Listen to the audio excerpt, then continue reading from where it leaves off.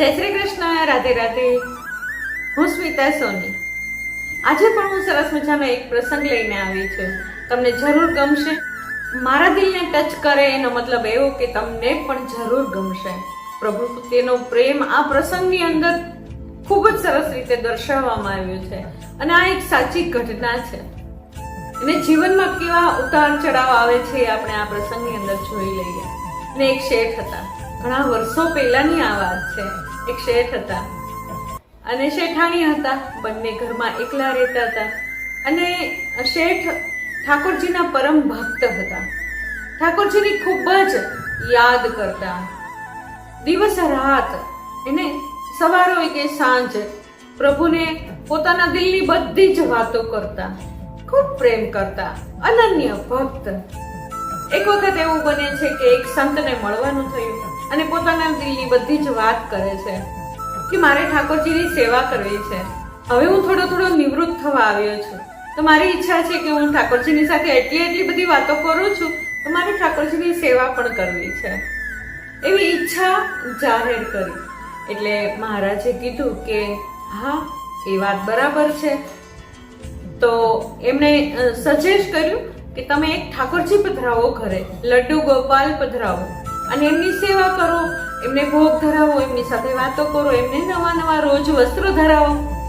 આ કરશો તમને ખૂબ જ આનંદ આવશે. અને ઠાકોરજી એકદમ પ્રત્યક્ષ છે, સાક્ષાત છે, જીવંત છે. તમને જીવનમાં ઘણા બધા અનુભવ કરાવશે. એટલે તો ખૂબ રાજી થઈ ગયા. બજારમાં જઈ અને લડ્ડુ ગોપાલની ખરીદી કરી અને ઘરે આવ્યા. ખૂબ રાજી હતા, ખૂબ જ આનંદમાં હતા. ઘરે આવીને શેઠાણીને કીધું કે જુઓ, આ હું લડ્ડુ ગોપાલ લઈને આવ્યો છું.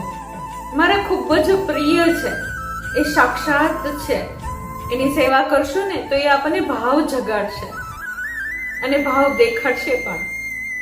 તો આજથી આપણે સેવા કરશું, રોજ નવા વસ્ત્ર ધરાવશું, સ્નાન કરાવશું, ભોગ ધરાવશું, એની સાથે મીઠી વાતો કરશું. એટલે શેઠાણી કહે છે હા, કાંઈ વાંધો નહીં, તમે લઈને આવ્યા છો તો જરૂર કરશો. પણ શેઠાણીની ઈચ્છા નહોતી. એને મન એકદમ વ્યાકુળ થઈ ગયું કે ઘરમાં આટલા બધા કામ ઓછા હતા તો તમે એક લડ્ડુ ગોપાલને લઈ આવ્યા. એક બાળકને સાચવવું ને એટલું જ લડ્ડુ ગોપાલનું કામ હોય. એ કામ કેમ થશે મારાથી? મનમાં ને મનમાં ઘણા બધા વિચાર થાય. પણ શેઠ તો બહુ જ ખુશ હતા, ખૂબ જ આનંદમાં.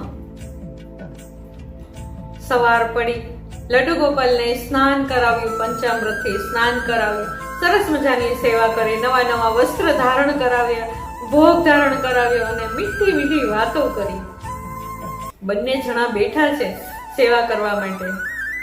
શેઠે શેઠાણીને કીધું કે જુઓ, આવી રીતે રોજ પૂજા કરવાની અને રોજ ભાવથી, દિલથી આપણે ઠાકોરજીને ભોગ ધરાવવાના અને મીઠી સરસ મજાની વાતો કરવાની. શેઠ રોજ સવારમાં સેવા પૂજા કરી પોતાના નિત્ય નિયમ પ્રમાણે કામ ઉપર જતા રહે અને રોજ સાંજે આવીને પાછા આવી જાય મંદિરમાં. લડ્ડુ ગોપાલની સાથે બધી આખી દિનચર્યાની જેટલી વાતો હોય ને બધી વાત શેર કરે. શેઠને આનંદ આવવા લાગ્યો. એને એમ થવા લાગ્યું કે મારી વાતોને સાંભળવા વાળો કોઈ છે ખરા. અને શેઠાણી મનમાં મૂંઝાઈ કે હવે કરવું શું? એને કામ વધી ગયું. શેઠે કીધું હતું કે સવારે તો હું જાઉં ત્યારે ઠાકોરજીને ભોગ આ તે બધું ધરાવીને જઈશ, પણ દિવસ દરમિયાન તમારે ધ્યાન રાખવાનું છે. બપોરે સાંજે ઠાકોરજીના ભોગ આરતીનું બધું ધ્યાન રાખવાનું છે. એટલે શેઠાણીએ હાથો પાડી દીધી, પણ મન બિલકુલ નહીં.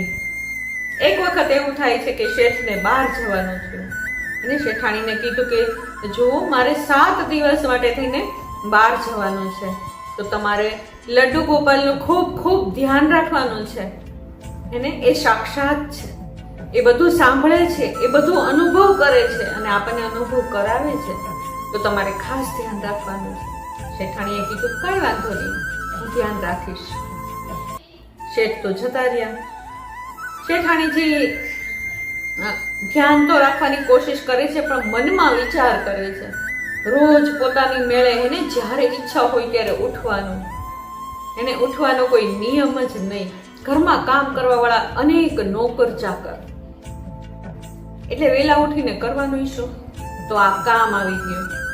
એને શેઠાણી છે વેલા ઉઠે છે, ઠાકોરજીની સેવા કરે છે, બે ભાવે, એને મન જરીકે નથી પણ સેવા કરે છે.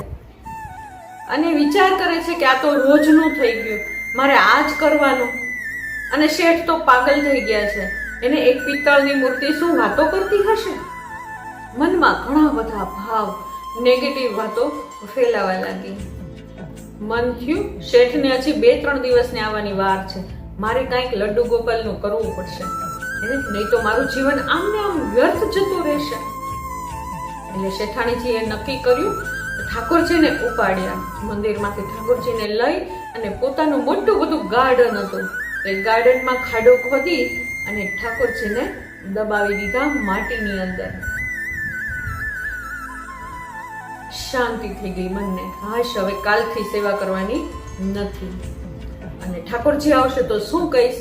વિચાર કરે છે, કહી દઈશ કે ભાઈ ખબર નહીં ચોરી થઈ ગઈ, ઠાકોરજી તમે કીધું હતું ને કે સાક્ષાત છે, જીવંત છે, ક્યાંક જતા રહ્યા, ભાગી ગયા. અથવા તો કહી દઈશ કે કોક ઉપાડીને ભાગી ગયું, લઈ ગયું કોઈક, એમ કઈ કહી દઈશ.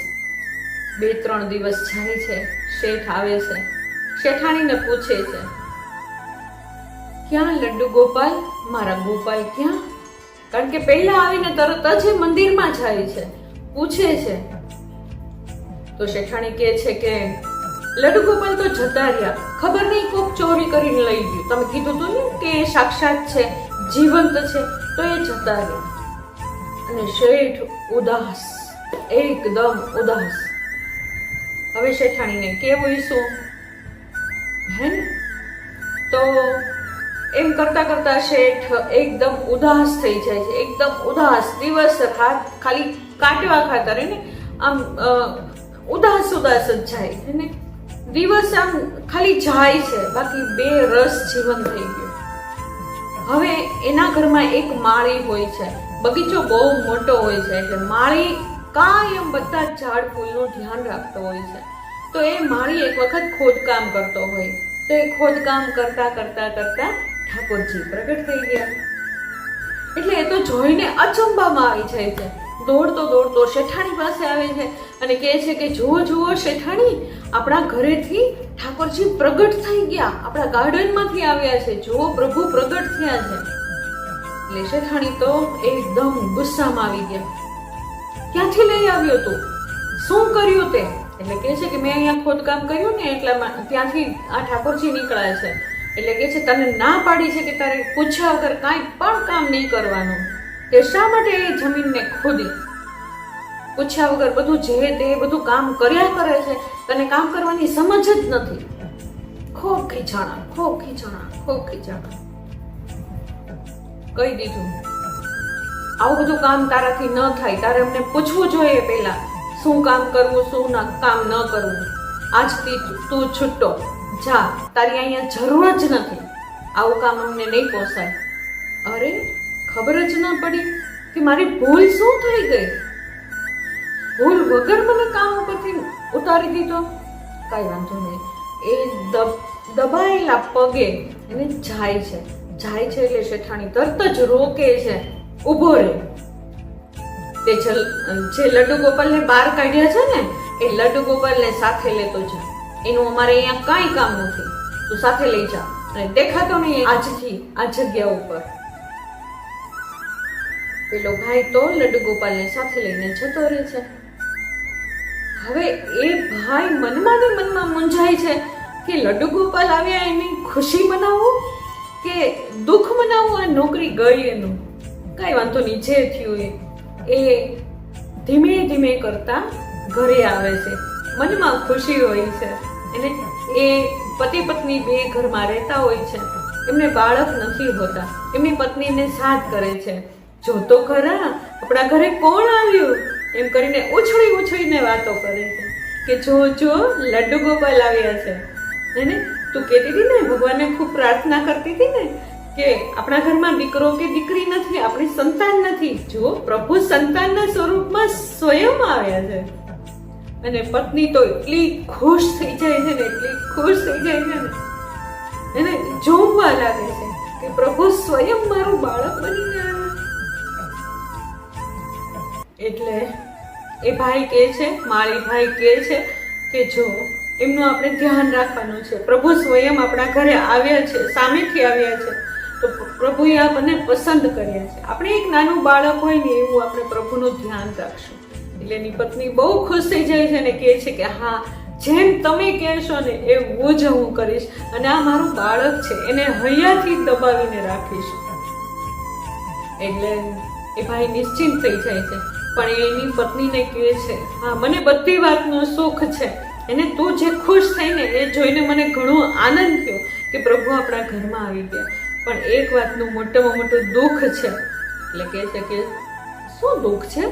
પ્રભુ આવ્યા એનું સુખ, એની આગળ દુઃખ કયું છે? એટલે કહે છે કે પ્રભુ તો આવ્યા પણ નોકરી મારી જતી રહી. હવે પ્રભુને આપણે સેવા કરવી પડશે, એમને રોજ રોજ નવા વસ્ત્ર ધારણ કરાવવા પડશે, અને એને ભોગ ધરાવવો પડશે આપણે. તો પૈસા તો નથી, હવે શું કરશું? એ છે કે પ્રભુ ઐશ્વર્યના માલિક છે, એને પરમ ઈશ્વર છે, એને ઐશ્વર્યના માલિક છે. એ આપણને દુઃખી થવા નહીં દે ક્યારે. કાંઈક નહીં કાંઈક તો આપણી સગવડતા એમણે વિચારી જ હશે, ત્યારે જ પ્રભુ આપણા ઘરે આવ્યા છે. એટલે એની પત્નીએ દિલાસો આપ્યો કે જે હશે ને એ આપણે રૂખી સુખી ખાઈ લેશું, અને એ જ આપણે પ્રભુને ભોગ ધરાવશું. એટલે માળીભાઈ કહે છે હા એમ જ કરશું. પણ જે લડ્ડુ ગોપાલ આવ્યા હતા ને એ આખા માટીથી ભરાયેલા હતા, કારણ કે જમીનમાંથી નીકળ્યા હતા. એટલે એમની પત્નીને કહે છે હવે આ માટીનું શું કરવું? એટલે પત્નીએ ઠાકોરજીને પહેલા તો સ્નાન કરાવ્યું, અને જે માટીવાળું જળ હતું ને એની બહાર, ઘરની બહાર એક નાની એવી બગીચી હતી. એ બગીચીમાં એ જળને નાખી દીધું, અને ઠાકોરજીની રોજ સેવા કરે. સરસ મજાની એટલી સેવા કરે ને, ભરપૂર સેવા કરે, અને ખુશખુશાલ દિવસો જવા લાગ્યા. રૂખી સુખી જે કાંઈ હતું એ બધું ખાતા ગયા. નાનું મોટું કામ એ માળીનું ક્યાંકથી ક્યાંક કરવા જતા ભાઈ, અને થોડા ઘણા પૈસા આવતા તો થોડા ઘણામાં એનું ગુજરાન ચલાવતા. એક વખત એના ઘર આગળ એક ભાઈ આવે છે અને જોવે છે એની બગીચીમાં નાના નાના ફૂલ એટલા સુંદર અને એટલા મસ્ત હતા ને, એ ભાઈને જોઈને અચંબો આવી ગયો. એ માળીને બોલાવે છે, આ તમારું ઘર છે? તો એ કહે છે હા મારું ઘર છે. આ ફૂલ? તો કે હા એ મારા ગાર્ડનના ફૂલ છે. તો કે તમે આ ઉગાવ્યા હતા? તો કે ના મેં ઉગાવ્યા નથી, પણ ખબર નહીં એની મેળે મેળે ઉગી ગયા છે. તો કે તને ખબર છે આ ફૂલની કેટલી કિંમત છે? આ કેટલા કિંમતી ફૂલ છે? કે નહીં ભાઈ મને ખબર નથી. તો તું માર્કેટમાં જા અને એનો ભાવ પૂછ કે આ ફૂલ કેટલા કિંમતી છે. તો એને તો એમ થઈ ગયું કે હવે આ ફૂલની શું કિંમત? તો એ હકીકતે થોડા ફૂલ લઈ અને માર્કેટમાં જાય છે વેચવા. તો ઘણા બધા પૈસા આવે. જોવે છે ઘરે આવીને અને પત્નીને કહે છે કે જો તો ખરા આ નજીવા ફૂલની આ કેટલી બધી કિંમત. એટલે એની પત્નીને યાદ આવ્યું કે જે ઠાકોરજીની માટી હતી ને, જે એ માટી મેં અહીંયા નાખી હતી અને એમાંથી આ ફૂલ નીકળ્યા છે.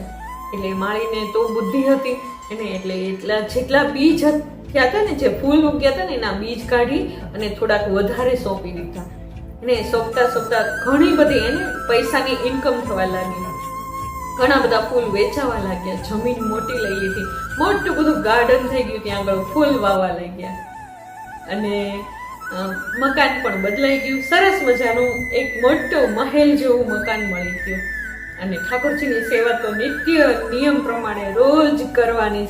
અને પ્રભુ એમને ભાવ પણ બતાવતા. રોજ એવું લાગે કે જાણે એમની સાથે વાતો કરે છે. એક વખત એવું થાય છે કે એક ભિખારી એમના ઘર આગળ આવે છે અને કપડા એકદમ અસ્ત વ્યસ્ત, એકદમ કપડાનો કોઈ ભાન નહીં એવા ભિખારી આવે છે. જે માળી હોય છે ને એ ઘરની બહાર જાય છે, દરવાજે જાય છે અને એકદમ નિરખીને જોવે છે અને કહે છે નમસ્તે શેઠાણી, આવો આવો. એટલે પેલા ભિખારી હોય છે ને એ ગુસ્સે થઈ જાય છે. શું શેઠાણી? ક્યાંના શેઠાણી? હું શેઠાણી નથી, ભીખ માંગુ છું. એટલે કે તમે મને ઓળખા નથી, પણ મેં તમને ઓળખી લીધા. તમે મારા શેઠાણી છો. તમે મને ધક્કો મારીને ઘરની બહાર કાઢી નાખ્યા હતા, મને પૂરું યાદ છે. એટલે એને પોતાનો પસ્તાવો થાય છે કે અરે આ એ જ વાતનો ફળ છે. પછી એને પોતાની આપવીતી કહે છે કે મારા દીકરાઓ મને ઘરની બહાર કાઢી મૂક્યા, મિલકત બધી એની પોતાના નામે કરી લીધી, મને બહાર કાઢી નાખી. એટલે કે છે શેઠ, તો કે શેઠ તો ઠાકોરજીના વિયોગમાં એને જીવી ન શક્યા. એક વખત એવું થયું કે એને હાર્ટ એટેક આવી ગયો, એટલે જતા અને મારી હાલત આ થઈ ગઈ. એટલે કે તમે બિલકુલ ચિંતા ન કરો, આ ઘર તમારું છે, તમે આવો. તમે જો મને બહાર ન કાઢ્યો હોત ને તો હું અહીંયા સુધી પહોંચી ન શકત, મને ઠાકોરજી ન મળત ને ઠાકોરજીની કૃપા મારા ઉપર ન થાય. આ મારું ઘર નથી, મારા પ્રભુનું ઘર છે. તો તમે આવો અને અહીંયા જ રહેજો. આમાં તમારો પણ હક છે, કારણ કે તમે ઠાકોરજી મને ન આપ્યા હોત ને તો આ ઐશ્વર્ય મને ન મળત. જ્યારે તમે મને ઘરેથી કાઢ્યો ને ત્યારે હું એકલો નહોતો આવ્યો, સાક્ષાત પ્રભુજી મારી સાથે હતા. મારા જીવનમાં ઐશ્વર્ય છે આજે, સુખ શાંતિ અને સમૃદ્ધિ છે આજે. શેઠાણીના તો હાથ પગ ધ્રુજવા લાગ્યા, રડવા લાગ્યા, માફી માંગવા લાગ્યા.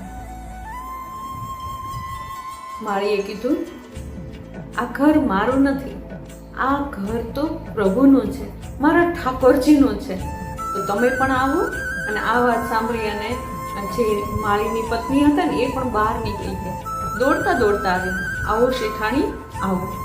અને ઘરમાં લઈ જઈ અને ઠાકોરજીના મંદિર પાસે, લડ્ડુ ગોપાલજીના મંદિર પાસે લઈ ગયા અને ખૂબ રોયા, ખૂબ જ રોયા, માફી માંગી. મિત્રો, પહેલી વાત તો એ છે કે પોતાની મરજીથી કોઈ ઠાકોરજીની સેવા કરતું નથી, પોતાની મરજીથી કોઈ યાદ પણ નથી કરી શકતું. જો પ્રભુની ઈચ્છા હોય ને તો જ સેવા ચાકરી કરી શકાય, નહીં તો પ્રભુને યાદ કરવા પણ મુશ્કેલ છે. જો તમે લડ્ડુ ગોપાલની સેવા કરતા હોય ને તો એટલું યાદ રાખજો કે તમે પ્રભુના ખૂબ જ પ્રિય છો. પ્રભુ તમારી સેવાને ઈચ્છે છે, ઈશ્વર તમને એમના સાનિધ્યમાં રાખવા ઈચ્છે છે. લડ્ડુ ગોપાલના આવવાથી જીવન એકદમ પલટાઈ જાય છે. પલટાઈ જાય? હા, જરૂર પલટાઈ જાય છે, કારણ કે એ પરમેશ્વર છે, પરમ ઈશ્વર્યના માલિક છે, ઐશ્વર્યના માલિક છે. તો જ્યાં આગળ પ્રભુજી હશે ને ત્યાં આગળ ઐશ્વર્ય સાથે સાથે હશે. તો જીવન જરૂર બદલાઈ જાય છે. જ્યારે પ્રભુનું ધ્યાન કરીએ ને, એમના સાનિધ્યમાં રહીએ, પ્રભુને ખૂબ જ ભાવથી પ્રેમ કરીએ,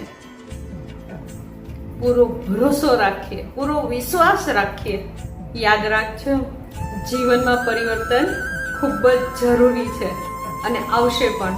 જો લડ્ડુ ગોપાલની સાચી સેવા ખૂબ દિલથી અને ભાવથી અને વિશ્વાસથી કરશો ને તો જીવન આખું પલટાઈ જશે. પણ વિશ્વાસ અને ભરોસો ભરપૂર હોવો જોઈએ. જય શ્રી કૃષ્ણ. રાધે રાધે.